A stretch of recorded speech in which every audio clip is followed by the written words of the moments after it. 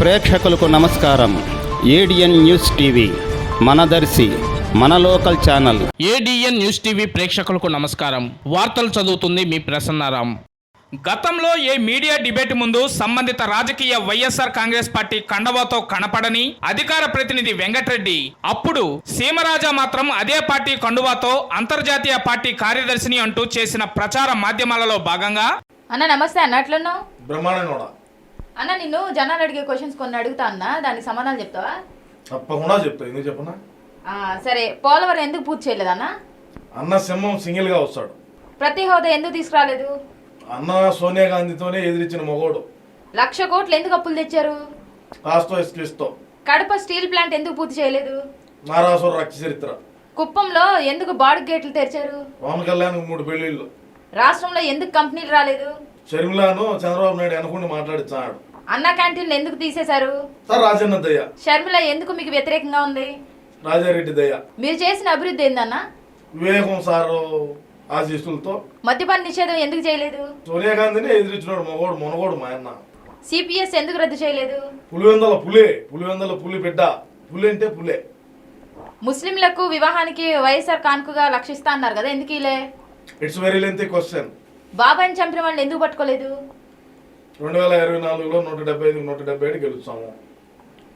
నిత్యావసర ధరలు ఎందుకు పెంచారు? 25 పార్లమెంట్లో గెలుస్తాము. రాష్ట్రంలో కరెంటు ఛార్జీలు ఎందుకు పెంచారు? కాట్పాడులో గెలుస్తాము. పెట్రోల్ డీజిల్ రేట్లు తగ్గించలేదు ఎందుకు? పులివెందులలో 1,00,000 మెజారిటీతో గెలుచాడు మా అన్న. ఆర్టీసీ ఛార్జీలు ఎందుకు పెంచారు? ఇది శాసనంతా ఆమెకి. మీరెందుకు 16 నెలలు జైల్లో ఉన్నారు? It's very too much question, lengthy question. We cannot. It's very lengthy question. We cannot talk this. రాష్ట్ర రాజధాని ఏది? 2024 మీరు గెలిస్తే ఏం చేస్తారన్నా?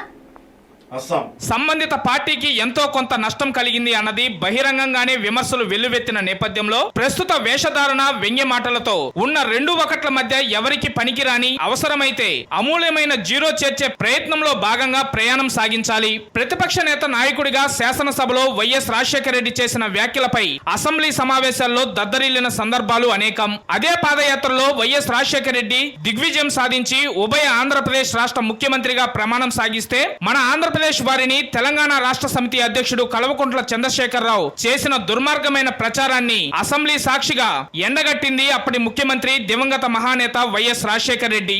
ఎవరు ఆ మహానేత మరణాన్ని ఎవరికి వారే వారి రాజకీయ ప్రస్థానంలో ఎవరి కోణంలో వారు వారి వారి వంతుగా రాజకీయ మలుపులతో మార్చుకొని అధికారం చేకూర్చుకున్నా పోగొట్టుకున్నా నిజంగా అప్పటి మాజీ ప్రధాన దివంగత మహానేతలైన నందమూరి తారక రామారావు, వైఎస్ రాజశేఖర రెడ్డి ముఖ్యమంత్రులా ఉండి ఉంటే ఈ విడబోతుతనం అఖిల భారతదేశంలోనే అత్యంత కీలకమైన ధాన్యాన్ని అన్నపూర్ణమ్మ ఆశీర్వచనాలతో అఖిల భారతదేశానికి మూలపటమైన అన్నపూర్ణమ్మ రైతాంగాన్ని ఉత్తర భారతదేశానికి తాకట్టు పెట్టింది మీరు కాదా? ఒక ఎన్టీఆర్, వైఎస్ఆర్ నాయకులు ఉండి ఉంటే ఈ రోజు ఈ దౌర్భాగ్యపు స్థితిగతులు ఉండేవి కావు. వారి వారి పారంపర్య ప్రస్థానంలో భాగంగా తెలుగుదేశం పార్టీ, వైఎస్ఆర్ కాంగ్రెస్ పార్టీ అధినేతలు విడిపోయిన కేవలం మీ వల్ల విడగొట్టబడిన అతలాకుతలమవుతున్న ఆంధ్రప్రదేశ్ రాష్ట్రాన్ని అసెంబ్లీ సాక్షిగా మాట్లాడుతున్న నీచ స్థాయిలో యావత్ భారతదేశంలో ఆ అసెంబ్లీ సాక్షిగా జరగలేదు అంటే సాక్ష్యాధారాలతో సమాధానం ఉందా? మాజీ ముఖ్యమంత్రి వైఎస్ జగన్మోహన్ రెడ్డి 2019 ఎన్నికల్లో భాగంగా నవరత్నాల పథకాలు అమలు చేస్తాను, నాకు ఒక అవకాశం ఇవ్వండి అన్న నేపథ్యంలో ఆంధ్రప్రదేశ్ రాష్ట్ర ప్రజలు అపూర్వంగా విజయాన్ని అందించారు. వైసీపీ గెలుపల్లే నేడు వైఎస్ జగన్మోహన్ రెడ్డి అనే నేను మీ కష్టాలను నేను చూశాను, మీ బాధలు నేను విన్నాను. మీ అందరికీ నేను ఇవాళ చెప్తా ఉన్నాను, నేను ఉన్నాను అని మీ అందరికీ కూడా నేను ఇవాళ చెప్తా ఉన్నాను. ఈ నేపథ్యంలో భాగంగా రాష్ట్రంలో ప్రతి ఇంటికి తన నవరత్నాల సంక్షేమ పథకాల్లో భాగంగా చూసి 2024లో జరిగిన సార్వత్రిక ఎన్నికల్లో తనకు తన పార్టీ అభ్యర్థులకు ఓట్లు వేసి గెలిపించాలి అని ప్రజాక్షేత్రంలోకి ప్రచార కార్యక్రమాల్లో అభ్యర్థి తల నిమిరి భుజంపై చెయ్యి వేసి నేనున్నాను, వీరి చేత మీ ప్రాంతానికి అన్ని రకాలుగా అందుబాటులో ఉండి అభివృద్ధి చేపిస్తాను అని భరోసా ఇచ్చి ఎన్నికల బరిలోకి దింపిన జగనన్న అనంతరం జరిగిన ఘోర పరాభవానికి ప్రధానులు గత అసెంబ్లీ సాక్షిగా 9 తలల మంత్రులు మంత్రులు ఎమ్మెల్యేలు కాగా అదే సాక్షిగా చిరుమందహాసాలతో తన్మయం చెందిన 10వ ప్రధాన తల గత మాజీ ముఖ్యమంత్రి వైఎస్ జగన్మోహన్ రెడ్డి సాక్షిగా జరిగిన పరిణామాలు ఫలితంగా రాష్ట్ర ప్రజలు ఇచ్చిన తీర్పు గతంలో ఉభయ తెలుగు రాష్ట్రాల అసెంబ్లీ ఎన్నికల్లో ఎప్పుడూ జరగలేదు, ఇక జరిగే అవకాశం లేదని ప్రముఖ రాజకీయ విశ్లేషకులు సైతం బహిరంగంగానే చెబుతున్నారు. ఈ నేపథ్యంలో తన వైఎస్ఆర్ కాంగ్రెస్ పార్టీ తరపున గెలుపొందిన ప్రజాప్రతినిధులను అసెంబ్లీ నీచ స్థాయిలో సభావేదికగా మార్చుకొని మాట్లాడిన మాటలు ఒక్కసారి గుర్తెరిగితే, అదే నేపథ్యంలో సాగిన తమ పార్టీ అధికార ప్రతినిధులతో మీడియా రంగం ద్వారా మాట్లాడించిన నీచమైన మాటల తోటాలు అందరికీ విదితమే. మీ బిడ్డ ఒక్కడే ఒక వైపున ఉన్నాడు. మీ బిడ్డకు వ్యతిరేకంగా ఏ రోజు ఫలాన్ని మంచి చేశాము అని చెప్పుకునే దానికి ఒక్కటంటే ఒక్కటి లేని వాళ్ళంతా కూడా ఈ రోజు ఏకమవుతా ఉన్నారు. ఈ యుద్ధంలో నా ధైర్యం మీరు, ఈ యుద్ధంలో నా నమ్మకం మీరు, ఈ యుద్ధంలో నా ఆత్మవిశ్వాసం మీరు. మీ బిడ్డ నమ్ముకున్నది ఒక్క దేవుడి దయ, మీ అందరి చల్లని ఆశీస్సులను మాత్రమే నమ్ముకున్నాడు. మీ అందరితో కూడా ఒకటే కోరుతా ఉన్నా, మీ ఇంట్లో మంచి జరిగిందా లేదా అన్నది ఒక్కటే కొలమానంగా తీసుకోండి. మీ ఇంట్లో మంచి జరిగి ఉంటే మీ బిడ్డకు తోడుగా మీరే నిలవండి. మీ ఇంట్లో మంచి జరిగుంటే మీ బిడ్డకు సైనికులుగా మీరే కదలండి. జగన్మోహన్ రెడ్డి గారు నాకన్నా వయసులో చిన్నవాడైపోయాడు కానీ, లేదంటే ఇన్ని వేల మంది ముందు 100కి 100% నే పుట్టిన గడ్డకి ఇంత వైభవాన్ని తీసుకొస్తున్నటువంటి జగన్మోహన్ రెడ్డి గారికి ఖచ్చితంగా పాదాభివందనం చేయాల్సిందే. కానీ నాకంటే వయసులో చిన్నవాడవటం వల్ల చేతులెత్తి మొక్కుతున్నాను ఆయనకి. జగన్ గారు నవ్వుతున్నాడు, నేనేమన్నా అబద్ధాలు చెప్తున్నానా? జగన్ గారి దగ్గర ఏమన్నా మార్కులు కొట్టేటానికి మాట్లాడుతున్నానా? బందరికి మేళ్లు చేస్తాకు వచ్చాడో రాలేదు ఆయన? 4 ఏళ్లు ఎదురు చూస్తున్నాం మనం. జగన్మోహన్ రెడ్డి గారు ఎప్పుడు బందరు గడ్డ మీద కాలు పెడతాడా పెడతాడా పెడతాడా అని. మనం జగన్ గారికి ప్రేమిస్తున్నాం కదా, మన ఊరు ఎందుకు రాడు అని చెప్పని ఏదో ఒక బటన్ నొక్కుతాకి మా ఊరు కూడా రావయ్యా అని అడుగుతా ఉండేవాడిని. నాని ఒకటే, మీ ఊరు వచ్చినప్పుడు పాదయాత్రలో చెప్పాను, మీ ఊరు పోర్టు నేను కట్టి తీరుతాను. ఆ మాట నిలబెట్టుకునేప్పుడు పోర్టు పనులు మొదలెట్టేప్పుడు మాత్రమే నీ గడ్డ మీద కాలు పెడతాను అని చెప్పాడు. ఇవాళ బందరు గడ్డ మీద కాలు పెట్టాడు. కాగా వైఎస్ఆర్ కాంగ్రెస్ పార్టీ అధికార ప్రతినిధులైన మరో 9 మంది చేత ప్రస్తుత కూటమి ముఖ్యమంత్రిని నారా లోకేష్, పవన్ కళ్యాణ్ వాళ్ళను అన్న మాటలు, దమ్ముంటే చంద్రబాబు నాయుడు గాని లోకేష్ గాని మీరు బాబు కొడుకులిద్దరు ఒకడు గుడివాడ ఒకడు గన్నవరం పోటీ చేయండి. మీ ఇద్దరు మగాళ్ళైతే మీ ఇద్దరికి దమ్ముంటే మీరు జగన్మోహన్ రెడ్డి గారిని ఎదుర్కొనేటువంటి సత్తా మీకుందనుకుంటే జగన్మోహన్ రెడ్డి గారు అవసరం లేదు.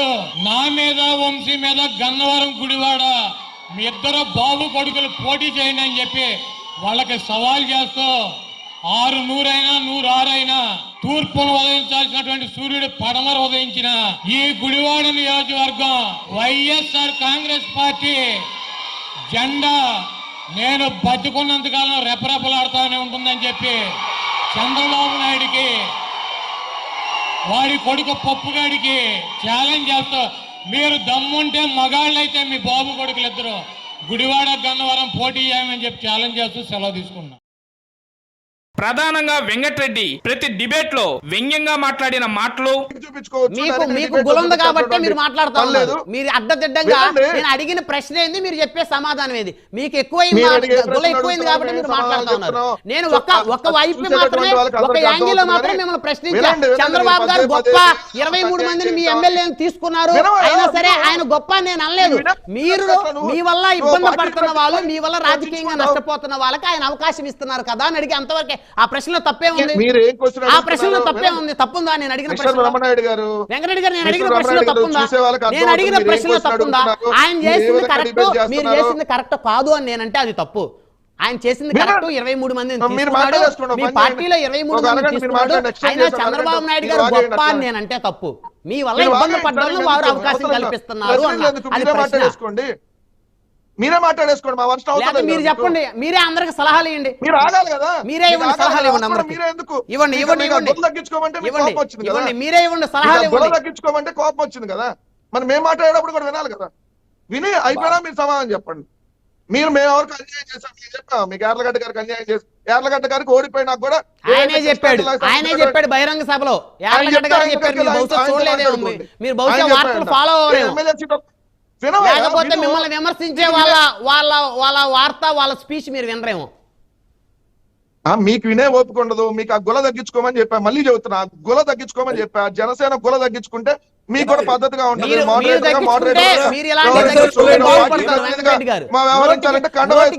అదుపు లేకుండా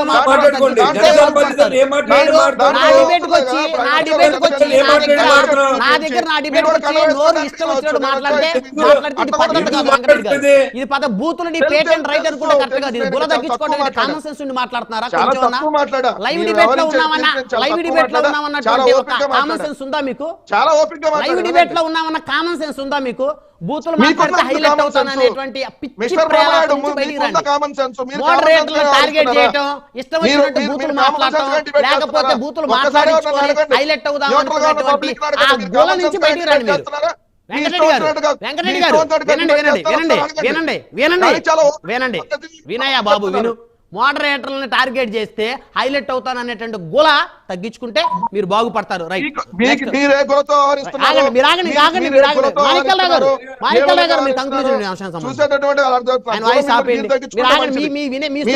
టైం లేదు. మోడరేటర్లను టార్గెట్ చేసి హైలైట్ అవ్వాలని గుల తగ్గించుకుంటే మీకు కూడా మంచి నామినేటెడ్ పోస్ట్ ఇస్తారు జగన్మోహన్ రెడ్డి గారు. మీ మిగతా మీ పక్కన వాళ్ళ మీ కొలీగ్స్ కి ఇచ్చారు కాబట్టి మీకు కూడా ఇస్తారు. మీరు ఆగండి మీ మాట మీ సూక్తులు వినే పరిస్థితి లేదు, టైం లేదు. మీరు ఆగండి సార్, మీరు లిమిట్. మీరు మాట్లాడితే నేను మాట్లాడతా. మీకన్నా ఎక్కువ బూతులు వచ్చు నాకు తెలుసా? మీకన్నా ఎక్కువ వచ్చు బూతులు నాకు. నేను గౌరవంగా మిమ్మల్ని ప్రశ్న అడిగా, దానికి నేను గుల తగ్గించుకోవడం ఏంటి? జనసేన గుల ఏంటి? మీరు చూసారేంటి? నా గుల మీరు వచ్చి చూసారా ఏంటి? ఏం మాట్లాయి మీరు అన్న తర్వాత నేను అన్నా గుల అనే పదాన్ని. మీరు అన్న తర్వాత నేను అన్నా. మీరు తిడతా ఉంటే తిట్టించుకోవటానికి నేనేమి పార్టీ ప్రతినిధుల్ని కాదు, నేనేమి టీడీపీ జనసేన బీజేపీ అధికార ప్రతినిధులు కాదు. మీరు నోటికొచ్చినట్టు మాట్లాడుతా ఉంటే సైలెంట్ గా ఉండడానికి నేనేం పార్టీ అధికార ప్రతినిధులు. మీరు ఒక్క మాట అంటే నేను 10 మాట్లాడతా. మీరు ఒక్క మాట అంటే నేను 10 మాట్లాడతా. సమయం లేదు, మీరు ఆపేసేయండి. మాణికల్ రావు గారు కంక్లూజన్ ఇవ్వండి. మాణికల్ రావు గారు, ఒక్కసారి మాట తప్పను మడం తిప్పడం, ఇచ్చిన నవరత్నాల సంక్షేమ పథకాలు మధ్య వ్యక్తిత్వం లేకుండా సంబంధిత లబ్ధిదారులందరికీ అందేలా చర్యలు తీసుకున్న దేశంలోనే జాతీయ స్థాయిలోని రాజకీయ విశ్లేషకుల ప్రశంసలు అందుకున్న పరంపరలో భాగంగా అసెంబ్లీలో తనను పొగడ్తల కోసం ప్రాకులాడిన 9 మంది ప్రజాప్రతినిధులు ఇవే వాస్తవాలు అంటూ పబ్లిక్ మీడియా ద్వారా మరో 9 మంది ప్రత్యర్థిపై 3 వెక్కిరించి విరుచుకుపడ్డ వాదోపవాదనలు రాష్ట్ర ప్రజలు, అఖిల భారతదేశ రాజ్యాంగం కానీ భారత అత్యున్నత సుప్రీంకోర్టు న్యాయస్థానం కానీ అభ్యంతరం పెట్టే తీర్పును రాష్ట్ర ప్రజలు ఇచ్చారని జాతీయ స్థాయిలో రాజకీయ విశ్లేషకులు సైతం బహిరంగంగానే చెబుతున్నారు.